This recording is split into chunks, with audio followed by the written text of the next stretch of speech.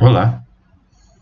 Nesta aula, que é a aula introdutória do curso Saberes Docentes, Ensino de Geografia e Formação de Professores, que faz parte do programa de pós-graduação em Geografia Humana da Faculdade de Filosofia, Letras e Ciências Humanas da USP,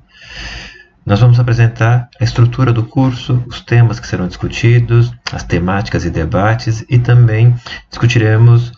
os conceitos que são centrais para o debate que nós vamos apresentar aqui durante essas próximas semanas. Nesse primeiro momento, a nossa ideia é discutir a docência em tempos de gerencialismo a partir do diálogo com o professor Stephen Ball, que tem trabalhado com essas temáticas há algum tempo. No artigo indicado para leitura do professor Stephen Ball, Profissionalismo, Gerencialismo e Performatividade, o autor traz três conceitos que serão centrais nesse momento do curso, centrais não só nesse momento do curso, mas em todo o movimento dos debates da disciplina, que são os conceitos de profissionalismo e também de neoprofissionalismo, gerencialismo e performatividade.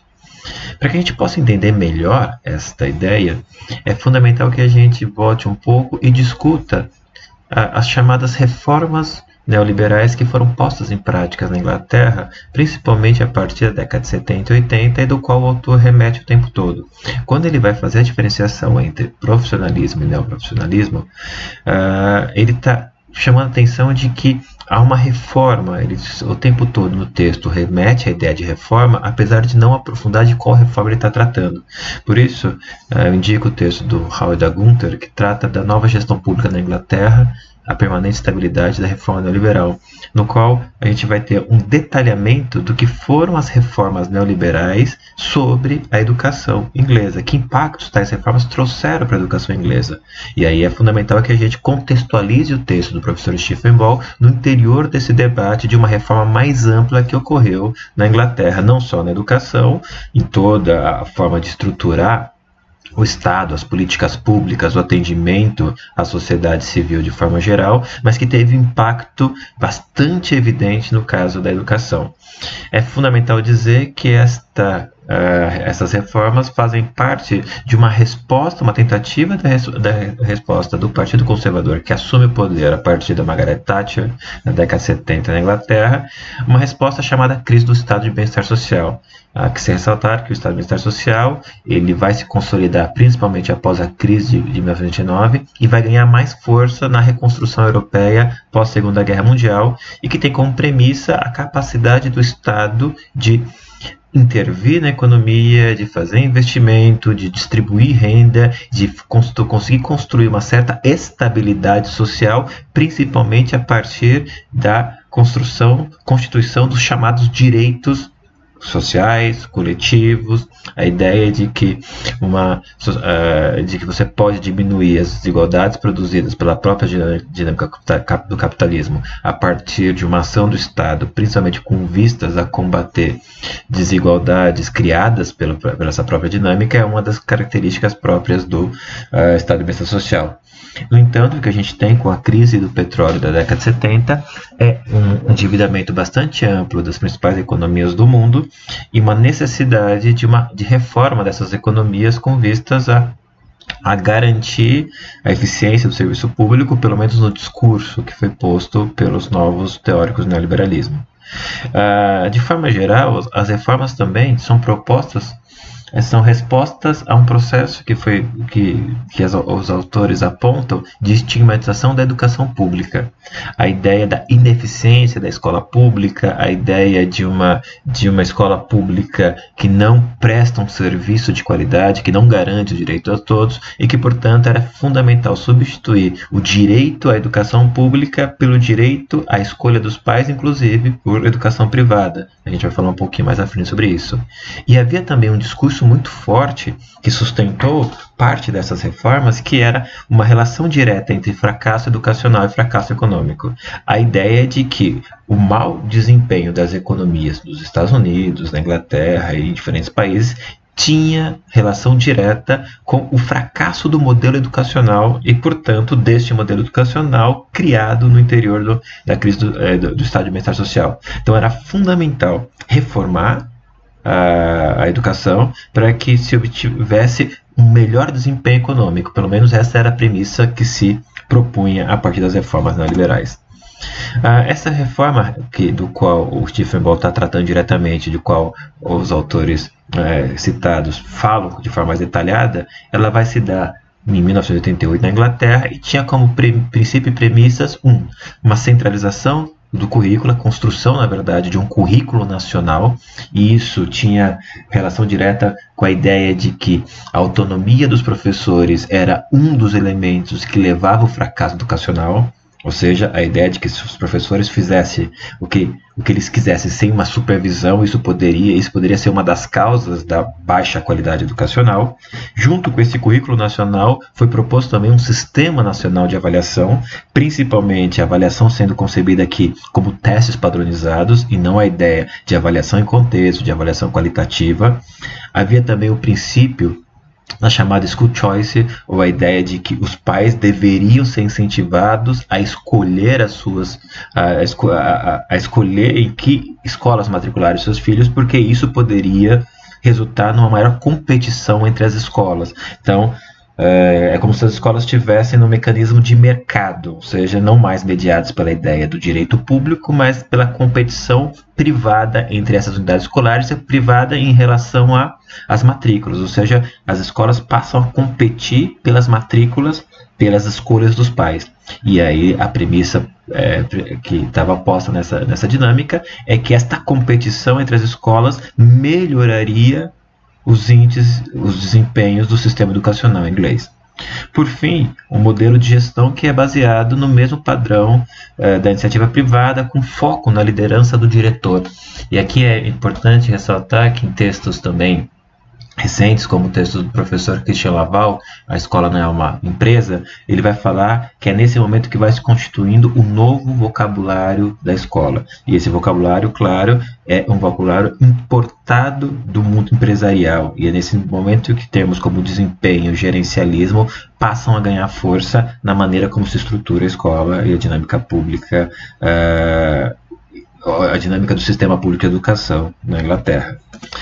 Portanto, quando nós vamos falar de neoprofissionalismo, como a gente vai falar de gerencialismo, de performatividade, nós estamos falando de 3 grandes dispositivos, mecanismos, instrumentos pelos quais esta lógica empresarial vai se constituindo na educação inglesa, né? Quando a gente pensa do neoprofissionalismo, nós estamos pensando efetivamente da redução da docência à ideia de uma técnica. E, portanto, vai muito na direção daquilo que o Michael Apple vai colocar no seu texto clássico Educação e Poder, a ideia de que as políticas educacionais, elas desqualificam para requalificar. Então é preciso desconstruir o antigo profissionalismo docente, a ideia de uma docência baseada não apenas numa dimensão técnica, mas de uma dimensão ética, política mais ampla, de uma relação mais orgânica do sujeito com a profissão e com o contexto da profissão, para uma ideia de uma docência pautada na execução técnica dos trabalhos, das atividades. Isso tem a ver também com o fato de que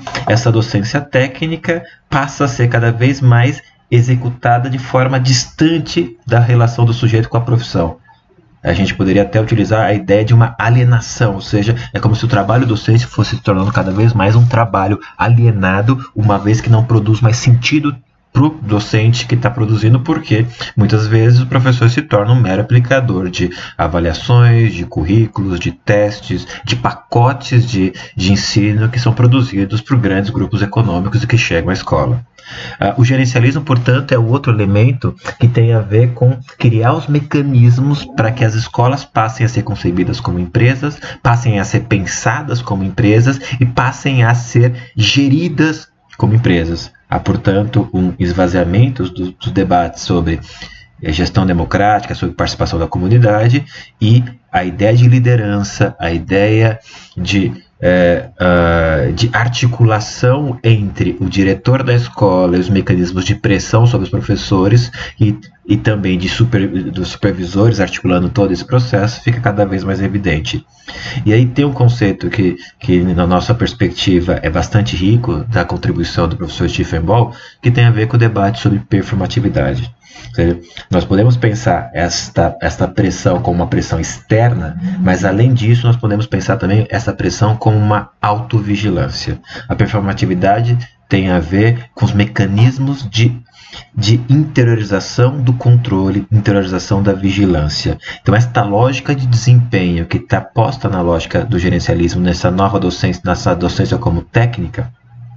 passam a ser vistos com professores como a única opção, quase como num processo de naturalização da docência como produção de desempenho. Portanto, para sobreviver nesta nova carreira, para sobreviver nesse novo contexto educacional, o professor passa a agir conforme as lógicas de desempenho. Então, portanto, ele se sente o tempo todo vigiado entre os pares, comparando o seu resultado com os resultados de outros pares, o resultado das tuas turmas com os resultados dos professores, e isso vai criando um ambiente de constante pressão, de constante busca por desempenho, que é uma das marcas desta lógica, dessa nova lógica de reforma educacional que foi posto em prática na Inglaterra desde 1988. É interessante perceber também que alguns debates trazidos pelo professor José Contreras apontam que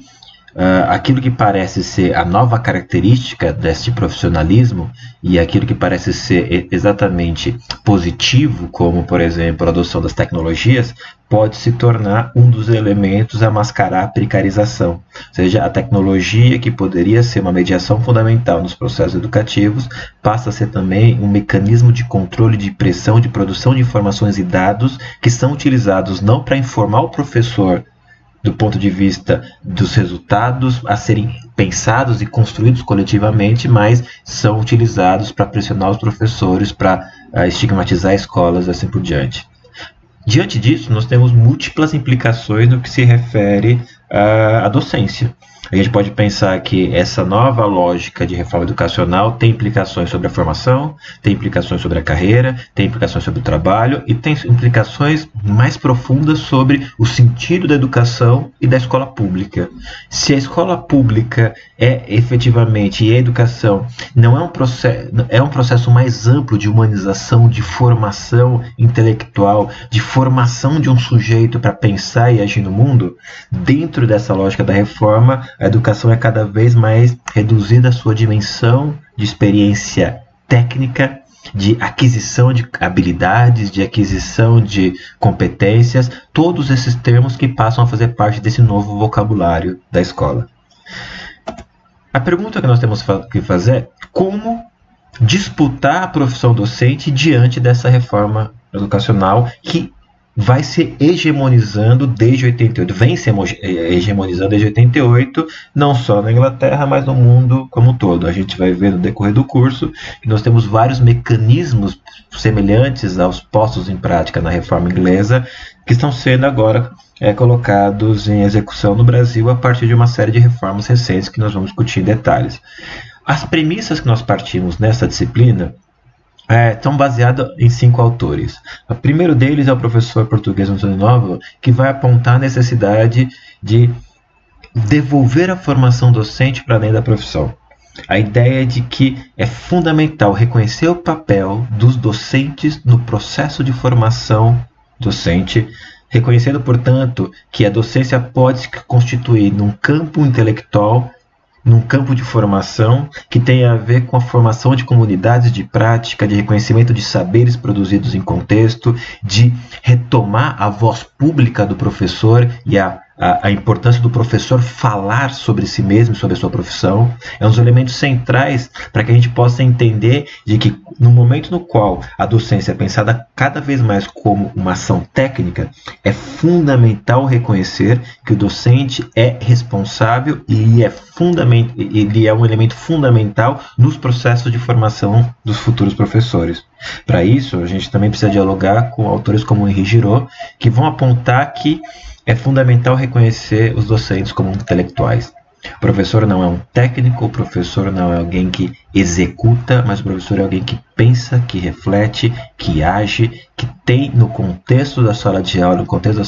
da escola, o seu campo de reflexão, através do qual ele lê a sociedade, lê o mundo, se posiciona. Então, reconhecer os docentes como intelectuais é reconhecer a complexidade que envolve a formação docente em todos os contextos, em todos os momentos. É também importante retomar a ideia do professor Florestan Fernandes de entender que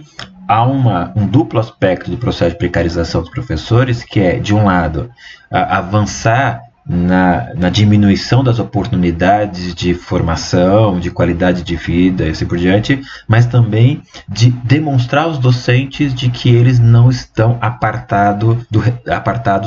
do restante dos trabalhadores. O professor é também um trabalhador, assim como são os seus alunos, assim como são os outros trabalhadores da escola pública, e reconhecer essa sua condição de classe é um dos elementos fundamentais, talvez, para que os professores possam se reconhecer como intelectuais, como aqueles que efetivamente leem o mundo desde um lugar, que é sempre um lugar de classe, é sempre um lugar de gênero, é sempre um lugar de raça. E aí, para isso, a gente precisa falar de uma epistemologia dos saberes docentes. Isso significa perguntar quais são os saberes que os professores produzem a partir do seu cotidiano. Como esses saberes são mobilizados na prática. E aí, um dos principais autores que tem nos ajudado a pensar isso é o professor Maurício Tardif, que tem discutido efetivamente esta epistemologia dos saberes docentes, principalmente os chamados saberes experienciais, que são aqueles menos reconhecidos nos cursos de formação docente, mas que tem um papel fundamental na dinâmica profissional cotidiana, e a gente vai dialogar bastante no curso sobre essas perspectivas também. Por fim, o professor Paulo Freire com um dos debates que são centrais nessa disciplina, a inevitabilidade política da ação docente. A docência não se dá na neutralidade, a docência não se dá na negação de uma ação política no mundo. Então, é fundamental reconhecer que os saberes docentes são saberes situados no interior de um debate político, uma vez que a educação é, antes de tudo, um ato político, no sentido da política como a construção do lugar comum, do mundo comum. Ou seja, se a gente volta aos conceitos trazidos, por exemplo, por Hannah Arendt, a ideia é que, como somos seres singulares, o nosso grande desafio é como conseguimos construir o comum a partir da nossa singularidade. Esta é a ação política da qual nós estamos falando. Ou seja, a docência é um dos processos pelos quais nós nos tornamos seres políticos no mundo e contribuímos para que outros seres também desenvolvam a sua capacidade política de produzir um mundo comum. Nesse sentido, a tese central dessa disciplina está aqui posta. Diante de uma geografia escolar hegemonizada pela nova gestão pública, é fundamental reafirmar as geografias das escolas, dos seus territórios, sujeitos e processos para disputar a política educacional desde o chão da escola. Nós vamos tentar desenvolver essa tese durante toda a disciplina, reconhecendo, portanto, de que há um tensionamento fundamental entre a política oficial, que vem por meio dos grandes discursos em torno das reformas educacionais baseadas na nova gestão pública, e aquilo que de fato professores, alunos, comunidade faz desde o chão de escola, disputando, portanto, concepções de política educacional consciente ou inconscientemente, e disputando, portanto, sentidos das geografias que são feitas na escola, na universidade e assim por diante. O curso vai estar estruturado em 4 grandes eixos. Esse eixo primeiro é a docência em tempos de gerencialismo, que começamos a partir dessa aula. Um outro eixo no qual nós vamos discutir um pouco da história da epistemologia da geografia como um conhecimento escolar. No eixo 3, nós vamos aprofundar a relação desta geografia com as teorias e pesquisas sobre os saberes docentes. E, por fim, tentando sistematizar, nós vamos propor uma ideia, uma perspectiva de raciocínio geográfico, retomando a tese apresentada anteriormente, no qual é fundamental pensar a relação entre a geografia na e da escola como 2 momentos e processos articulados para discutir formação de professores, para discutir ensino de geografia e para discutir política educacional.